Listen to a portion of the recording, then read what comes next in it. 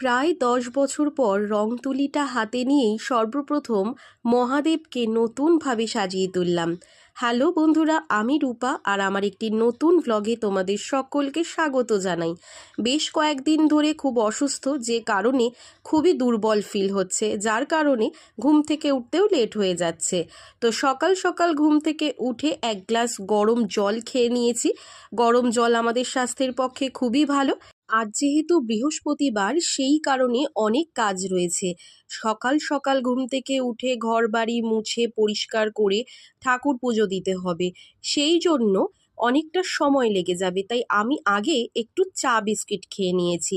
তো চা খাওয়ার পর একটু এনার্জি পাই আমি বলতে পারো, সেই জন্য যে কোনো কাজ শুরু করার আগে আমি একটু চা খেয়ে নিই। আর ঘর গোছানো কাজ এমনই একটা কাজ যেটা শুরু করলে মোটেই শেষ হতে চায় না।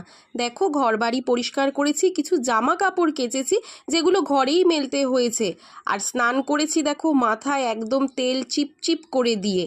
রং তুলির ব্যবহার ছেড়ে দিয়েছি, বহু বছর হয়ে গেছে, তাই এতগুলো বছর পর যখন রং তুলি আবারও হাতে তুলে নিয়েছি, হাতটা কিন্তু রীতিমতো ভীষণই কাঁপছিল।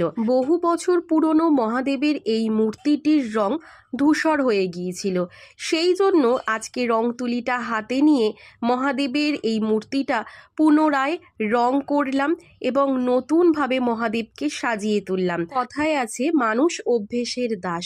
দীর্ঘদিন ধরে কাজ না করার ফলে আমার হাতটা যেভাবে কাঁপছিল আজ রং করার সময়, তাতে বুঝলাম কোনো অভ্যেস হঠাৎ করেই ছেড়ে দিতে নেই, যে কোনো অভ্যেস ধরে রাখতে হয়। তো এই যে আমি মা লক্ষ্মীকে এইভাবে আজ সাজিয়েছি, আর এই যে মহাদেব তার আসন গ্রহণ করেছে। তো আজকে মহাদেবকে কেমন সাজিয়েছি জানিও কিন্তু।